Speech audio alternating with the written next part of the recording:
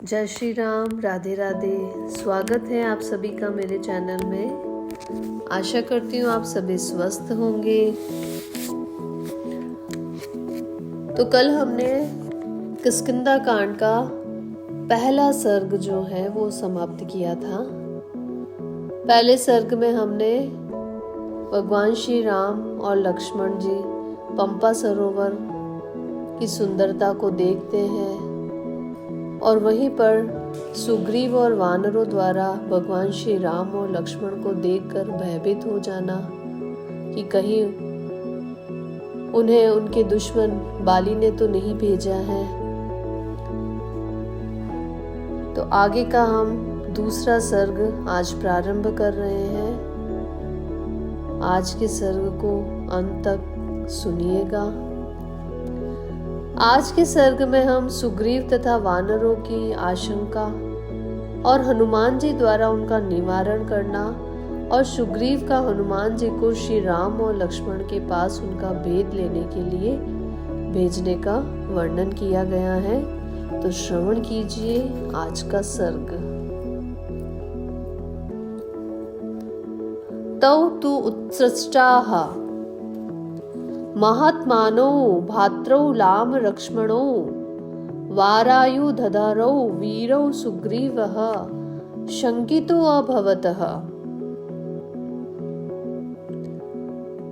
महात्मा श्री राम और लक्ष्मण दोनों भाइयों को श्रेष्ठ आयुध धारण किए वीर वेश में आते देखकर सुग्रीव के मन में बड़ी शंका पैदा हुई। वे उद्विग्न चित्त होकर चारों दिशाओं की ओर देखने लगे। उस समय वानर शिरोमणि सुग्रीव किसी एक स्थान पर स्थिर न रह सके। महाबली श्री राम और लक्ष्मण को देखते हुए सुग्रीव अपने मन को स्थिर न रख सके। उस समय अत्यंत भयभीत हुए उन वानर राज का चित्त बहुत ही दुखी हो गया। सुग्रीव धर्मात्मा थे, उन्हें राजधर्म का ज्ञान था। उन्होंने मंत्रियों के साथ विचार कर अपनी दुर्बलता और शत्रु पक्ष की प्रबलता का निश्चय किया। तत्पश्चात वे समस्त वानरों के साथ अत्यंत उद्विग्न हो उठे। वानरराज सुग्रीव के हृदय में बड़ा उद्वेग हो गया था। वे श्री राम और लक्ष्मण की ओर देखते हुए अपने मंत्रियों से इस प्रकार बोले, निश्चय ये दोनों वीर बाली के भेजे हुए ही इस दुर्गम वन में विचरते हुए यहाँ आए हैं। इन्होंने छल से चीर वस्त्र धारण कर लिए हैं जिससे हम उन्हें पहचान न सके। उधर सुग्रीव के सहायक दूसरे वानरों ने जब उन महाधनुर्धर श्री राम और लक्ष्मण को देखा तब वे उस पर्वत तट से भागकर दूसरे उत्तम शिखर पर जा पहुंचे। वे युद्धपति वानर शीघ्रता पूर्वक जाकर युद्धपतियों के सरदार वानर शिरोमणि सुग्रीव को चारों ओर से घेर कर उनके पास खड़े हो गए। इस तरह एक पर्वत से दूसरे पर्वत पर उछलते कूदते और अपने वेग से उन पर्वत शिखरों को प्रकंपित करते हुए वे समस्त महाबली वानर एक मार्ग पर आ गए।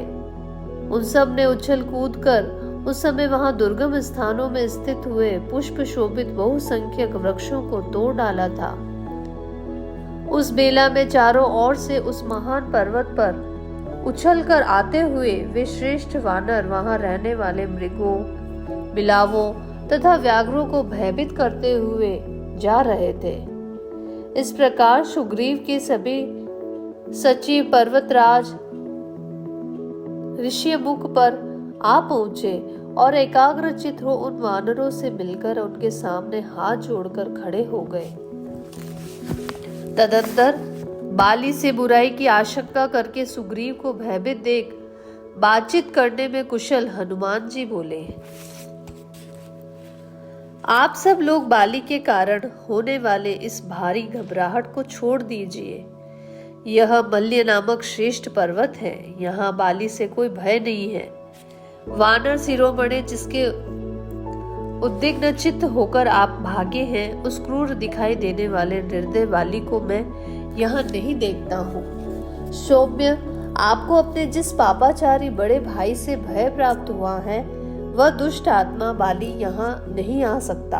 अतः मुझे आपके भय का कोई कारण नहीं दिखाई देता है।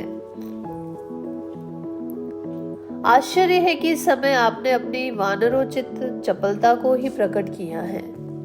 आपका चित्त चंचल है, इसीलिए आप अपने को विचार मार्ग पर स्थिर नहीं रख पाते हैं। बुद्धि और विज्ञान से संपन्न होकर आप दूसरों की चेष्टाओं के द्वारा उनका मनोभाव समझें और उसी के अनुसार सभी आवश्यक कार्य करें, क्योंकि जो राजा बुद्धि बल का आश्रय नहीं लेता है वह संपूर्ण प्रजा पर शासन नहीं कर सकता है। हनुमान जी के मुख से निकले हुए इन सभी श्रेष्ठ वचनों को सुनकर सुग्रीव ने उनसे बहुत ही उत्तम बात कही। इन दोनों वीरों की भुजाएं लंबी और नेत्र बड़े बड़े हैं। ये धनुष बाण और तलवार धारण किए देव कुमारों की सम्मान शोभा पा रहे हैं। इन दोनों को देखकर किसके मन में भय संचार न हो पाएगा। मेरे मन में संदेह है कि ये दोनों श्रेष्ठ पुरुष बाली के ही भेजे हुए हैं, क्योंकि राजाओं के बहुत से मित्र होते हैं, अतः उन पर विश्वास करना उचित नहीं है। प्राणी मात्र को छद्म वेश में विचरने वाले शत्रुओं को विशेष रूप से पहचानने की चेष्टा करनी चाहिए, क्योंकि वे दूसरों पर अपना विश्वास जमा लेते हैं, परंतु स्वयं किसी का विश्वास नहीं करते और अवसर पाते ही उन विश्वासी पुरुषों पर ही प्रहार कर बैठते हैं। बाली इन सब कार्यों में बड़ा ही कुशल है। राजलोग दूर बहुदूरदर्शी होते हैं, वचना के अनेक उपाय जानते हैं, इसीलिए शत्रुओं का विध्वंस कर डालते हैं। ऐसे शत्रु भूत राजाओं को प्राकृत वेशभूषा वाले मनुष्यों द्वारा जानने का प्रयत्न करना चाहिए। अतः कपिश्रेष्ठ, तुम भी एक साधारण पुरुष की भांति यहाँ से जाओ और उनकी चेष्टाओं से, रूप से तथा बातचीत के तौर तरीके से उन दोनों का यथार्थ परिचय प्राप्त करो। उनके मनोभावों को समझो। यदि वे प्रसन्न चित्त जान पड़े तो बार बार मेरी प्रशंसा करके तथा मेरे अभिप्राय को सूचित करने वाली चेष्टाओं द्वारा मेरे प्रति उनका विश्वास उत्पन्न करो।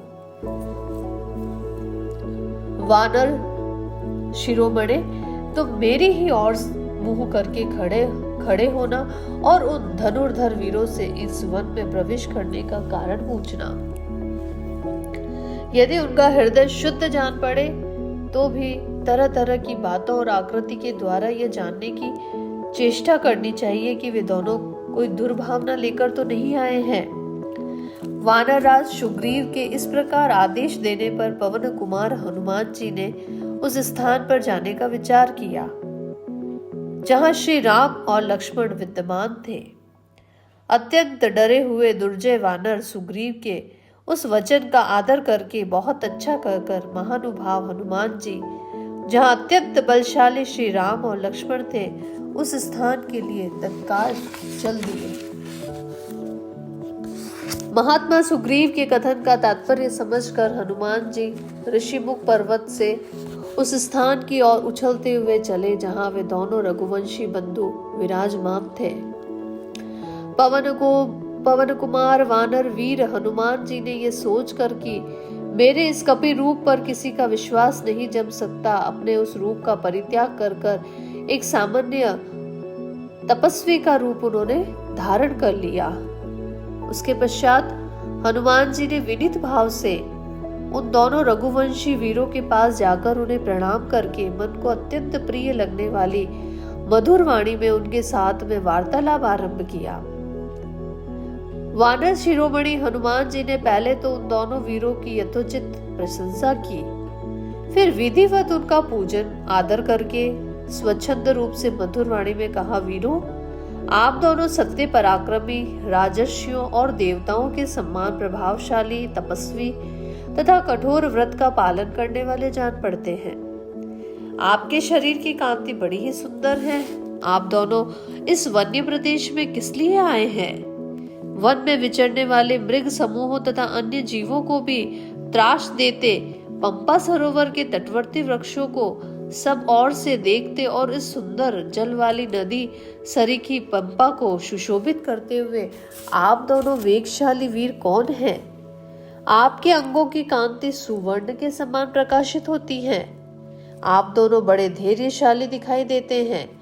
आप दोनों के अंगों पर चिर वस्त्र शोभा पाते हैं। आप दोनों लंबी सांस खींच रहे हैं। आपकी भुजाएं विशाल हैं। आप अपने प्रभाव से इस वन के प्राणियों को पीड़ा दे रहे हैं। बताइए आपका क्या परिचय है?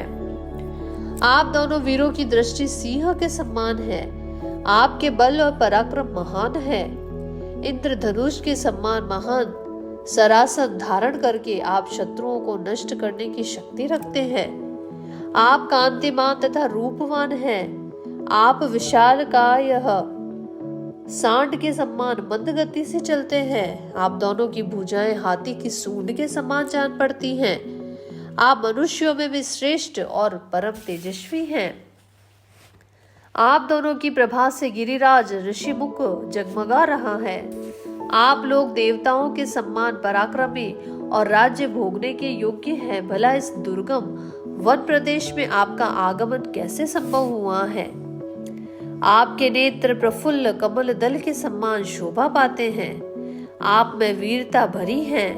आप दोनों अपने मस्तक पर जटामंडल धारण करते हैं और दोनों ही एक दूसरे के समान हैं। वीरों, क्या आप देवलोक से यहाँ पधारे हैं? आप दोनों को देखकर ऐसा जान पड़ता है मानो चंद्रमा और सूर्य स्वेच्छा से इस भूतल पर उतर आए हैं। आपके वक्ष स्थल विशाल हैं। मनुष्य होकर भी आपके रूप देवताओं के समान है। आपके कंधे सिंह के समान हैं। आप में महान उत्साह भरा हुआ है। आप दोनों मदमंद हाथी के समान प्रतीत होते हैं। आपकी भुजाएं विशाल, सुंदर, गोल गोल और परिध के समान सुदृढ़ हैं। ये समस्त आभूषणों को धारण करने के योग्य है, तो भी आपने इन्हें विभूषित क्यों नहीं किया है? मैं तो समझता हूँ कि आप दोनों समुद्र और वनों से युक्त तथा विंध्य और मेरु आदि पर्वतों से विभूषित इस सारी पृथ्वी की रक्षा करने के योग्य हैं। आपके ये दोनों धनुष विचित्र, चिकने तथा अद्भुत अनुलेपन से चित्रित हैं। इन्हें सुवर्ण से विभूषित किया गया है, अतः ये इंद्र के वज्र के समान प्रकाशित हो रहे हैं।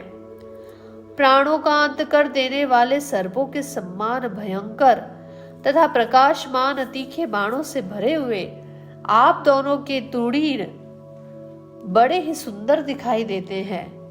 आपके ये दोनों खंग बहुत ही बड़े और विस्तृत हैं। इन्हें पक्के सोने से विभूषित किया गया है।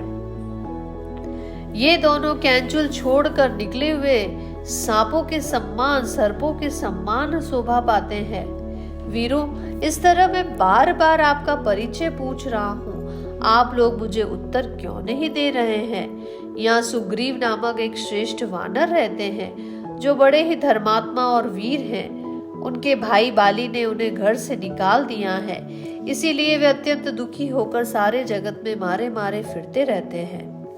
उन्हें वानर शिरोमणियों के राजा महात्मा सुग्रीव के भेजने से मैं यहाँ आया हूँ। मेरा नाम हनुमान है। मैं भी वानर जाति का ही हूँ। धर्मात्मा सुग्रीव आप दोनों से मित्रता करना चाहते हैं। मुझे आप लोग उन्हीं का मंत्री समझे। मैं वायु देवता का वानर जाति पुत्र हूँ। मेरी जहाँ इच्छा हो मैं वहाँ जा सकता हूँ। जैसा चाहूँ मैं रूप धारण कर सकता हूँ। इस समय सुग्रीव का प्रिय करने के लिए भिक्षु के रूप में आप अपने को छिपाकर मैं ऋषिमुख पर्वत से यहाँ आया हूँ। उन दोनों भाई वीरवर श्री राम और लक्ष्मण के ऐसा कहकर बातचीत करने में कुशल तथा बात का मर्म समझने में निपुण हनुमान जी चुप हो गए, फिर कुछ न बोले। उनकी ये बात सुनकर श्री रामचंद्र जी का मुख प्रसन्नता से खिल उठा। वे अपने बगल में खड़े हुए छोटे भाई लक्ष्मण से इस प्रकार कहने लगे, सुमित्रा नंदन, ये महामनस्वी वानर राज सुग्रीव के सचिव हैं और उन्हीं के हित की इच्छा से यहाँ मेरे पास आए हैं। लक्ष्मण, इस शत्रु दमन सुग्रीव सचिव कपिवर हनुमान जी से, जो बात के मर्म को समझने वाले हैं, तुम स्नेह पूर्वक मीठी वाणी में बातचीत करो, जिससे ऋग्वेद की शिक्षा नहीं मिली, जिसने यजुर्वेद का अभ्यास नहीं किया तथा जो सामवेद का विद्वान नहीं है, वह इस प्रकार सुंदर भाषा में वार्तालाप नहीं कर सकता। निश्चय ही इन्होंने समूचे व्याकरण का कई बार स्वाध्याय किया है, क्योंकि बहुत सी बातें बोल जाने पर भी इनके मुंह से कोई अशुद्धि नहीं निकली। संभाषण के समय इनके मुख, नेत्र, ललाट, भौह तथा अन्य सब अंगों से कोई भी दोष प्रकट नहीं हुआ है। ऐसा कहीं ज्ञात नहीं हुआ कि कहीं दोष प्रकट हुआ हो। इन्होंने थोड़े में ही बड़ी बड़ी स्पष्टता के साथ अपना अभिप्राय निवेदन किया है। उसे समझने में कहीं कोई संदेह नहीं हुआ है। रुक रुक कर अथवा शब्दों या अक्षरों को तोड़ मरोड़ कर किसी ऐसे वाक्य का उच्चारण नहीं किया है जो सुनने में कर्ण कटु हो। इनकी वाणी हृदय में मध्यमा रूपा में स्थित है और कंठ से बेखरी रूप में प्रकट होती हैं। अतः बोलते समय इनकी आवाज न बहुत धीमी रही और न बहुत ऊंची रही। मध्यम स्वर में इन्होंने सब बातें कही हैं। ये संस्कार कर्म से संपन्न, अद्भुत, अविलंबित तथा हृदय को आनंद प्रदान करने वाली कल्याणमय वाणी का उच्चारण करते हैं।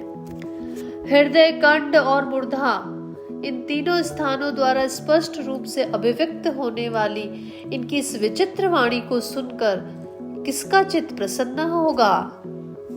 वध करने के लिए तलवार उठाए हुए शत्रु का हृदय भी इस अद्भुत वाणी से बदल सकता है। निष्पाप लक्ष्मण, जिस राजा के पास इनके सम्मान दूत न हो, उसके कार्यों की सिद्धि कैसे हो सकती है। जिसके कार्य साधक दूत ऐसे उत्तम गुणों से युक्त हो, उस राजा के सभी मनोरथ दूतों की बातचीत से ही सिद्ध हो जाते हैं। श्री रामचंद्र जी के ऐसा कहने पर बातचीत की कला जानने वाले सुमित्रा नंदन लक्ष्मण, बात का मर्म समझने वाले पवन कुमार, सुग्रीव, सचिव, कपिवर हनुमान जी से इस प्रकार बोले, विद्वान महामन्ना, सुग्रीव के गुण हमें ज्ञात हो चुके हैं। हम दोनों भाई वानर राज सुग्रीव की ही खोज में यहाँ आए हैं। साधु शिरोमणि हनुमान जी, आप सुग्रीव के कथना अनुसार यहाँ आकर जो मैत्री की बात चला रहे हैं वह हमें स्वीकार है। हम आपके कहने से ऐसा कर सकते हैं। लक्ष्मण के यह स्वीकृति सूचक निपुणता युक्त वचन सुनकर पवन कुमार, कपिवर हनुमान जी बड़े प्रसन्न हुए। उन्होंने सुग्रीव की विजय सिद्धि में मन लगाकर उस समय उन दोनों भाइयों के साथ उनकी मित्रता करने की इच्छा की।